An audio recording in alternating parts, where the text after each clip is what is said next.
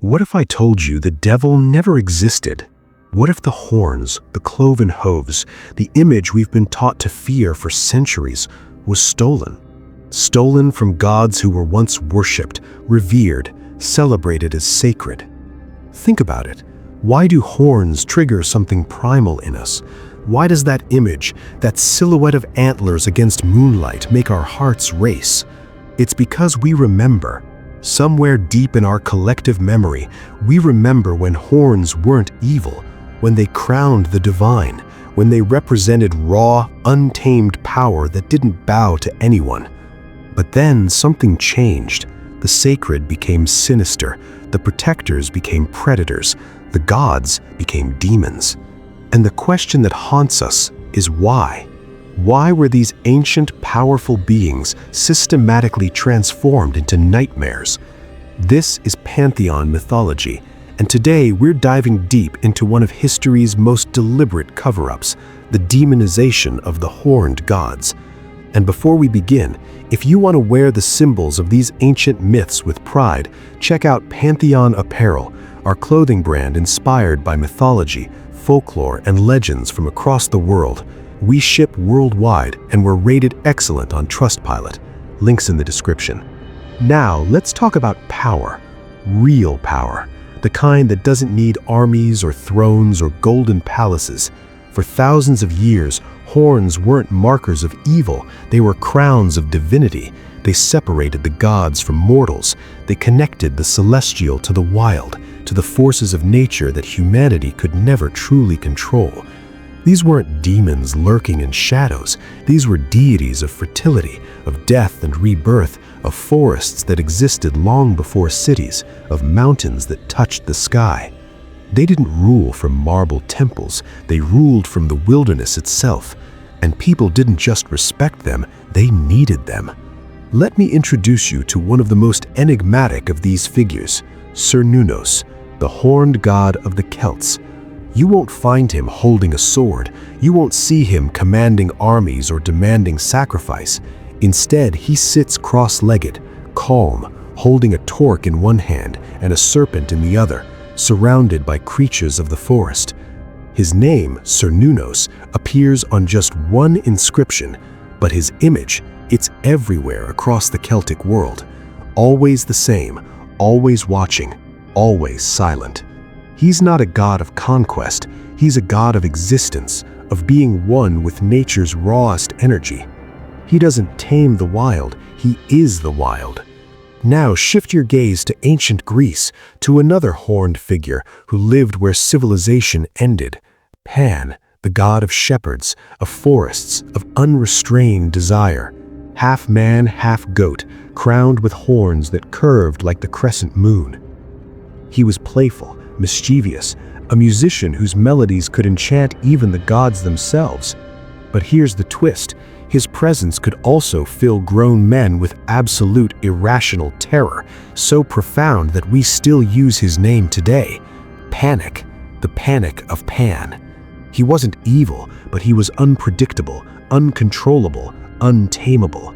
He belonged to the caves and hills, to places where torchlight didn't reach, where men didn't wander after darkness fell. And here's what I want you to think about. Drop your thoughts in the comments. If Pan could cause terror without being evil, what does that say about how we define good and bad? Is fear always connected to evil, or is it just our response to what we can't control? But the horned god concept goes back even further, much further. In the ruins of the Indus Valley civilization, archaeologists discovered a seal over 4,000 years old. It shows a horned figure seated in meditation, perfectly still, surrounded by wild animals. Some scholars believe this is an early form of Shiva. Others call him Pashupati, the lord of beasts. Unlike Pan's chaos or Cernunnos' quiet observation, this figure radiates pure balance. He's not dominating the creatures around him. He's not afraid of them either. He simply exists between them, a being who understands that you don't need to conquer nature to be powerful within it. And then there's the bull, sacred across countless civilizations. In Minoan Crete, temples were adorned with images of bulls leaping, dancing, embodying divine strength.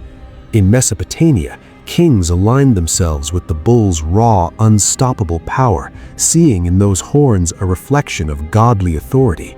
In ancient Egypt, the Apis bull was worshipped as a living manifestation of the gods themselves, a bridge between the mortal realm and the divine.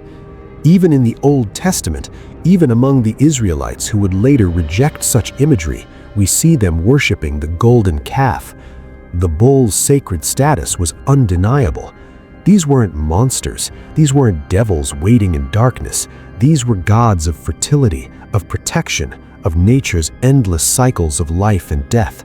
They stood at the threshold, the liminal space between humanity and the untamed world, between order and beautiful chaos. They didn't rule from marble temples. They ruled from the wilderness itself.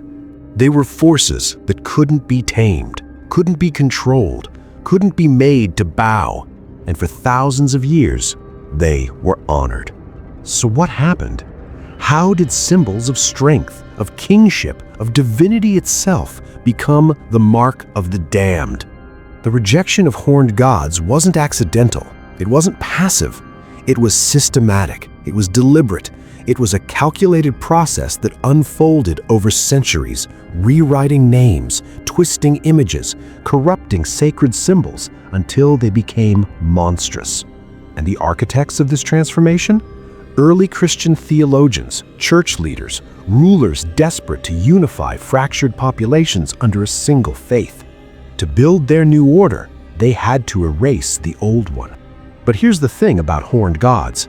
They were too deeply embedded in cultural memory to simply forget. So erasure wasn't enough. They had to become something worse. They had to become something feared. The first step in this process was corruption.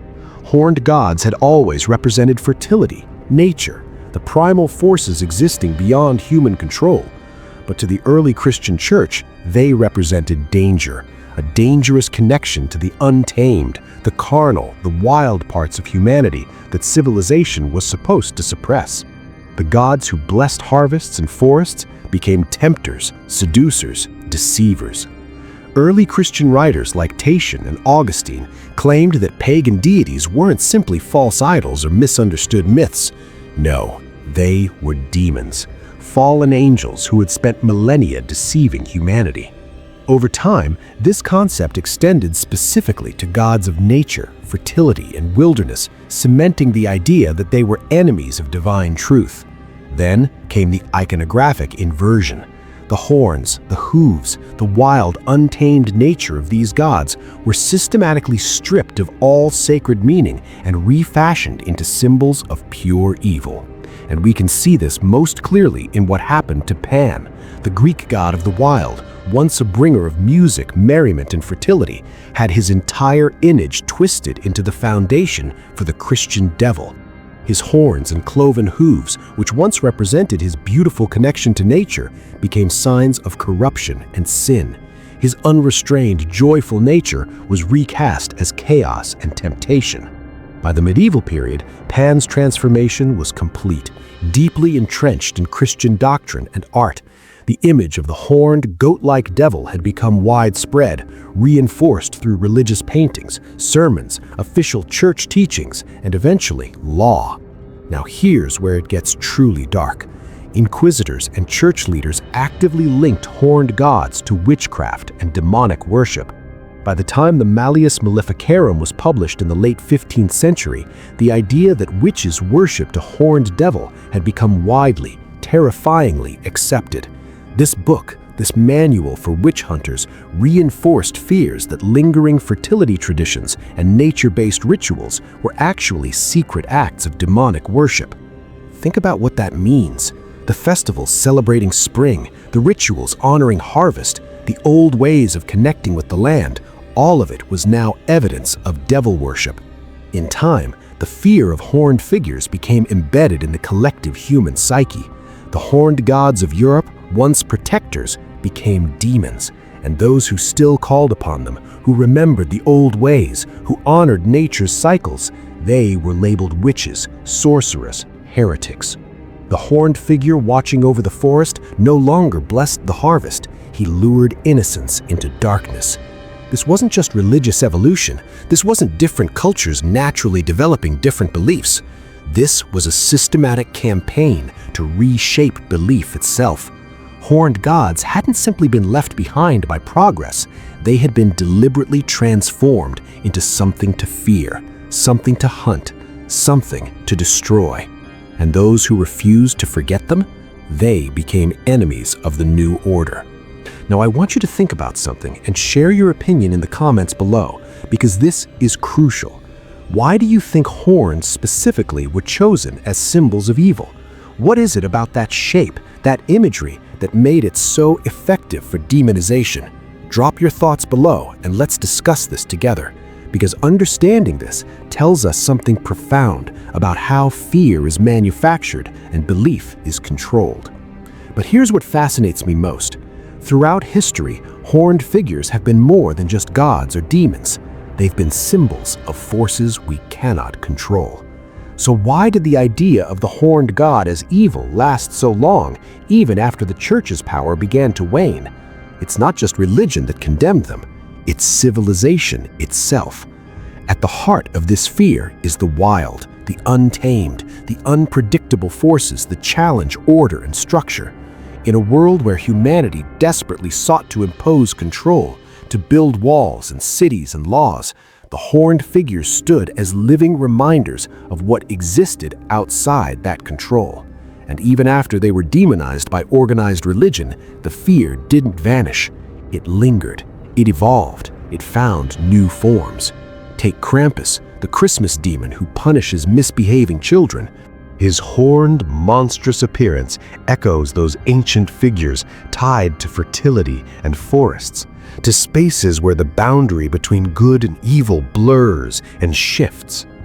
Just like the ancient horned gods, Krampus exists in spaces where civilization doesn't reach, in the deep woods, in the wild darkness where danger and unpredictability reign. The forest itself became synonymous with terror in folklore across cultures. Deep woods are never safe in stories. They're places where the known world ends, where the wild takes over, where fear of the unknown runs absolutely rampant. Whether it's the sight of a horned silhouette in the shadows, or the belief that those who ventured too deep might never return, the wild has always held a terrifying allure. And nothing embodies this more perfectly than the horned figure. The fear of the wild, of what we cannot predict or control, remains an intrinsic part of human psychology. We build cities with straight lines and streetlights. We create schedules and systems and laws, all in an attempt to push back against the chaos of nature.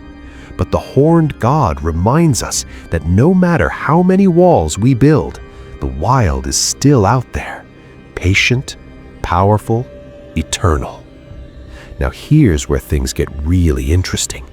In recent decades, there's been a massive resurgence of interest in the horned gods of old.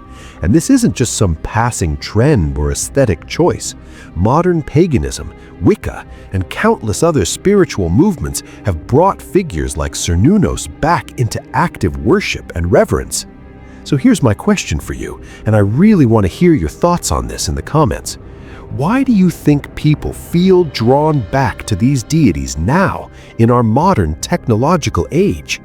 Could it be that after centuries of demonization, we finally come to realize that these figures represent something deeply powerful, something we cannot control, but absolutely can respect? Cernunnos, the horned god of the Celts, has found remarkable new life in contemporary spirituality. Once a figure bound solely to wilderness and ancient ritual, he now appears in modern practices that connect people to the earth, to nature's rhythms, to the cycles of life that we'd almost forgotten in our climate-controlled existence. His image is no longer the symbol of a feared, chaotic force. It's become a symbol of balance, of sacred harmony, of understanding our place within nature rather than above it. There's a powerful and growing recognition that the power of nature isn't inherently evil. It's simply forceful. and we've grown to respect it once again. But Cernunnos isn't the only one making a comeback. The image of Baphomet, long associated with the occult and painted as the face of the devil himself, has also evolved dramatically. Once depicted as a dark, malevolent entity, Baphomet is now embraced as a symbol of balance, duality, and spiritual enlightenment. With its half-human, half-goat form, it represents both masculine and feminine, light and dark, good and evil existing in harmony. While once Baphomet was feared as a demon of the highest order, now it's embraced as a symbol of unity, of reconciliation of opposites, of the understanding that divinity isn't simple or one-dimensional.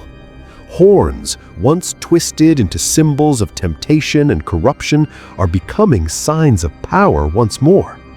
But this raises a fascinating question, and I want you to really think about this. Have we actually outgrown our fear of the horned god? Or have we simply given him a new name, a new context, a new meaning that fits our modern understanding? Maybe we've realized that the raw, untamed forces of nature aren't things to be feared and suppressed, but things to be honored and understood and worked with. Maybe the horned gods were never demons after all. Maybe we just told ourselves they were because we were terrified of what we couldn't control. If horns once symbolized life, fertility, the earth itself in all its wild beauty, what does it say about us, about human psychology, about civilization itself, that we imagined them as the face of ultimate fear? What does it mean that we took these ancient sacred symbols and systematically twisted them into demons, into nightmare figures used to control populations and destroy old ways of belief? And here's the real question, the one that might make some people uncomfortable. Perhaps the greatest heresy isn't the worship of these gods at all. Perhaps the greatest heresy is the question we're left to ask ourselves. Why did we fear them in the first place? Think about that. Drop your answer in the comments. Were the horned gods demonized because they were actually dangerous, or because they represented a kind of power that early organized religion couldn't incorporate or control? Were they made into monsters because they were evil, or because they represented freedom, wildness, and a connection to nature that threatened the order civilization was trying to impose? If you found this exploration fascinating, hit that like button. It genuinely helps this content reach more people who are hungry for these kinds of deep dives into mythology and history. And subscribe, because we're constantly exploring the hidden stories, the suppressed narratives, the ancient truths that got buried under centuries of rewritten history. The horned gods were here long before Christianity, long before Islam, long before any of the major organized religions that dominate today. They represented humanity's oldest relationship with the natural world, a relationship of respect, awe, and understanding that we're part of nature, not separate from it. So the next time you see horns in imagery, whether it's in a horror film, a fantasy novel, or ancient art, ask yourself, what am I really looking at? Am I seeing evil, or am I seeing power that was deliberately rebranded as evil? Am I seeing a demon, or am I seeing a god who was conquered not on a battlefield, but in stories, in sermons, in art, in the slow, systematic rewriting of what sacred means? The horned gods are rising again, not as demons, but as what they always were, symbols of the wild, the powerful, the eternal forces that existed before humanity and will exist long after we're gone. The question is, are we finally ready to see them clearly? Let me know your thoughts below. This conversation is just beginning. Now let's talk about something that makes this whole story even more intriguing: the psychology behind why this demonization worked so effectively and why it still affects us today. Because here's the uncomfortable truth. The campaign against horned gods wasn't just about religion replacing religion. It was about control, about power, about deciding who gets to define what's sacred and what's sinful. Think about the mechanics of how this transformation happened. It wasn't overnight. It took generations, centuries even, of consistent messaging, of art depicting horned figures as evil, of sermons warning against the old ways, of laws punishing those who clung to ancient practices. The church understood something fundamental about human psychology. If you control the symbols, you control the beliefs. And if you control the beliefs, you control the people. The horned gods represented something that organized religion couldn't easily incorporate into its hierarchy. They represented direct connection to nature, to cycles of life and death, to forces that didn't require priests or churches or intermediaries. You didn't need a cathedral to worship Cernunnos, you just needed a forest. You didn't need scripture to understand Pan, you just needed to hear the wind through the trees and feel that primal response in your chest. And that was dangerous to institutional power. When people can access the divine directly through nature, through their own experiences, through rituals they control themselves, they don't need the institution anymore. They don't need to tithe, they don't need to confess, they don't need to bow to hierarchies that claim to be the only path to salvation. So the horned gods had to become monsters, because if they remained gods, they remained competition. Here's something fascinating that often gets overlooked in this discussion, and I'd love to hear your perspective on this in the comments. The demonization of horned gods coincided almost perfectly with the suppression of feminine power in religion. Notice how many of these horned deities were associated with fertility, with the earth, with cycles of birth and renewal, concepts deeply connected to feminine divine energy. Cernunnos sits in meditation surrounded by life. Pan represents wild, untamed sexuality and natural desire. The bull symbolizes fertility and abundance. These aren't warrior gods demanding conquest. These are gods of life, of growth, of the natural world's creative power. And as Christianity solidified its patriarchal structure, as it elevated the masculine divine and suppressed the feminine, these horned gods representing balance between masculine and feminine energies became targets. They had to be destroyed because they represented a worldview where power wasn't about dominion and hierarchy, but about harmony and natural balance. The witch hunts that followed, targeting primarily women, especially those who knew herbs and healing and natural cycles, were extensions of this same campaign. If you knew how to work with nature, if you understood the old ways, if you celebrated the solstices and equinoxes and moon phases, you were dangerous. You were competition to institutional religious power, and so you became a witch, a servant of the horned devil, because that's what the horned god had become in the new narrative. Ask yourself this, and really sit with this question. How many ancient practices, how much indigenous wisdom, how many ways of living in harmony with the earth were lost because they were labeled as devil worship? What did we lose when we demonized the horned gods? Drop your thoughts below, because this is crucial to understanding not just religious history, but the environmental crisis we face today. When we severed our sacred connection to nature, when we made the wild something to fear rather than respect, when we destroyed the gods who represented balance with the natural world, we set ourselves on a path of domination over nature rather than cooperation with it.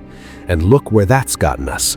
Climate change, mass extinction, ecosystems collapsing. These aren't just environmental issues, they're spiritual issues, rooted in a worldview that sees nature as something to conquer rather than something sacred to protect. The horned gods represented a different way, a way where humanity saw itself as part of nature's web, not separate from it, not above it. We were animals too. Sacred animals, but animals nonetheless, subject to the same cycles of life and death and renewal. And there was wisdom in that, humility in that, balance in that. But that worldview had to be destroyed to build empires, to justify endless expansion, to create hierarchies where humans ranked above nature and some humans ranked above others. The horned gods sitting peacefully in the forest didn't support that agenda. So he became the devil in the darkness, luring people away from civilization's light. Here's another angle I want you to consider, something about the nature of wild spaces themselves. Throughout folklore, across virtually every culture, the forest, the wilderness, the untamed places are portrayed with this dual nature. They're both terrifying and sacred, dangerous and necessary, places of death and places of transformation. The hero's journey always involves leaving civilization and venturing into the wild, into the forest, into the unknown. It's there, in those liminal spaces between the ordered world and chaos, that transformation happens, that boys become men, that seekers find truth, that the mundane touches the magical. The horned gods ruled these spaces, these thresholds, these borders between worlds. They weren't evil, but they also weren't safe in the way civilization promises safety. They offered something more valuable and more dangerous: truth, growth, transformation, the kind that only comes from facing the unknown, from surrendering control, from accepting that you're not the center of the universe, but part of something vast and ancient and powerful. Modern life tries desperately to eliminate these threshold spaces. We've got GPS so we never get lost, streetlights so we're never in true darkness, climate control so we never feel the actual weather. We've insulated ourselves from the wild, from the unknown, from the uncomfortable, transformative experiences that used to be considered essential to becoming fully human. And in doing so, we've lost something vital. We've lost that encounter with forces greater than ourselves. We've lost the humility that comes from standing in an ancient forest and feeling how small you are, how temporary, how connected to everything around you.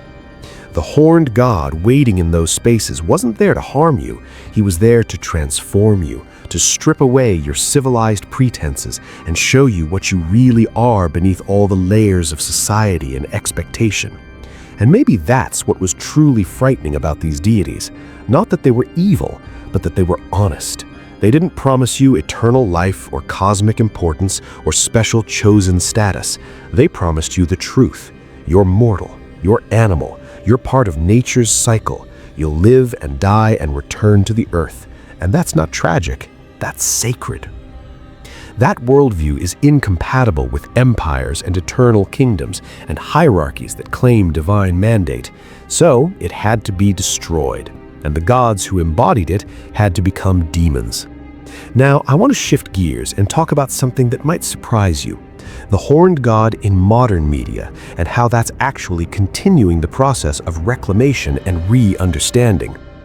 Pay attention to how horned characters are portrayed in contemporary fantasy and fiction. You'll notice something fascinating. More and more, they're not automatically the villains. Think about fauns in Narnia, where Misty Tumnus is one of the heroes. Think about Hellboy, a horned demon-looking character who's actually the protagonist fighting against evil. Think about the rise of tieflings in Dungeons & Dragons, horned characters with infernal ancestry who are explicitly portrayed as individuals capable of any moral alignment, not inherently evil. This is cultural reclamation happening in real time through storytelling. We're slowly, gradually, collectively beginning to question the automatic association between horns and evil. We're beginning to explore the idea that maybe, just maybe, the horns were never the problem. And in doing so, we're undoing centuries of propaganda. We're healing a cultural wound. We're remembering what was deliberately forgotten. Video games, comics, novels, films, they're all participating in this reconsideration of what the horned figure means. Sometimes consciously, sometimes unconsciously, storytellers are drawn back to these ancient symbols and finding new meanings, or rather rediscovering old meanings that were buried under layers of demonization.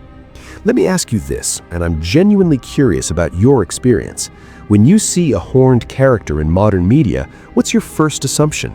Do you automatically think villain, or has that association started to weaken for you? Have you noticed this shift in how horned beings are portrayed, where they're increasingly complex, morally ambiguous, or even heroic? Share your observations in the comments, because this collective shift in perception is absolutely fascinating from a cultural evolution standpoint. The re-emergence of horned gods in neo-pagan spirituality isn't happening in isolation. It's part of a broader cultural movement toward reconnecting with nature, toward questioning institutional authority, toward seeking direct spiritual experience rather than accepting handed-down doctrine. People are building altars to Cernunnos, not because they're rebelling against Christianity specifically, because they're seeking something that organized religion often fails to provide: a sense of sacred connection to the living earth, to the cycles of nature, to something ancient and powerful that doesn't demand submission, but invites participation.